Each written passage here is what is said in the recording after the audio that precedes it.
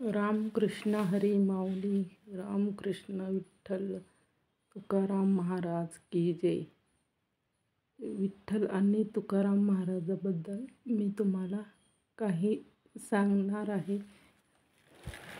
त्यांची कथा, विठ्ठल आणि तुकाराम महाराजांची पौराणिक कथा सांगणार आहे. विठ्ठल आणि तुकाराम महाराज हे वारकरी संप्रदायातील दोन महत्त्वाचे घटक आहेत. संत तुकाराम महाराज हे विठ्ठलाचे निस्सीम भक्त होते, जे आपल्या अभंगातून विठ्ठल भक्तीचे आणि सामाजिक विचारांचा प्रसार करत असत. विठ्ठल हे पंढरपूरचे आराध्य दैवत आहे. त्यांची भक्ती तुकारामाने आपल्या जीवनातून आणि त्यांच्या मधून व्यक्त केली. विठ्ठल हे महाराष्ट्रातील पंढरपूरचे आराध्य दैवत आहे, ज्याने पांडुरंगा, विठोबा आणि पांडुरंगनाथ असे ओळखले जाते.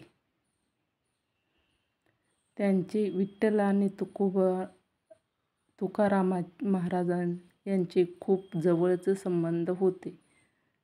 संत तुकाराम हे 17व्या शतकातील वारकरी संप्रदायातील एक महान संत होते. ते पंढरपूरच्या विठोबाचे परमभक्त होते. तुकाराम महाराज हे पंढरपूरचे विठोबाचे परमभक्त होते.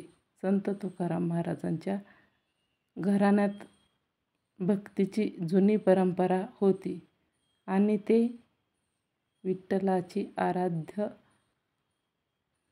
आराधना करण्यासाठी ओळखले जात होते. कहाणी आवडल्यास लाईक करा, सबस्क्राईब करा. संत तुकाराम हे विठ्ठल मोठे भक्त होते. संत तुकाराम हे विठ्ठलाचे मोठे भक्त होते. त्यांनी विठ्ठलावर अनेक अभंग लिहिले आणि ते आजही महाराष्ट्रातील लोकांना प्रेरणा देतात.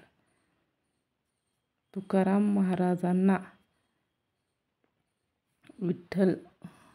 विठोबा देवतेची खूप भक्ती केली. पंढरपूरच्या विठ्ठलाचे सुंदर रूप त्यांनी डोळ्यासमोर दिसत असे आणि त्यांच्या भक्तीमध्ये हरवून जात असत.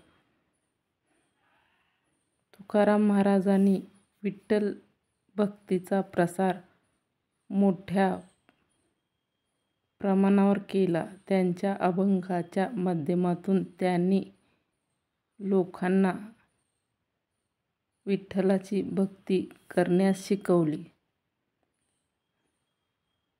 तुकाराम महाराज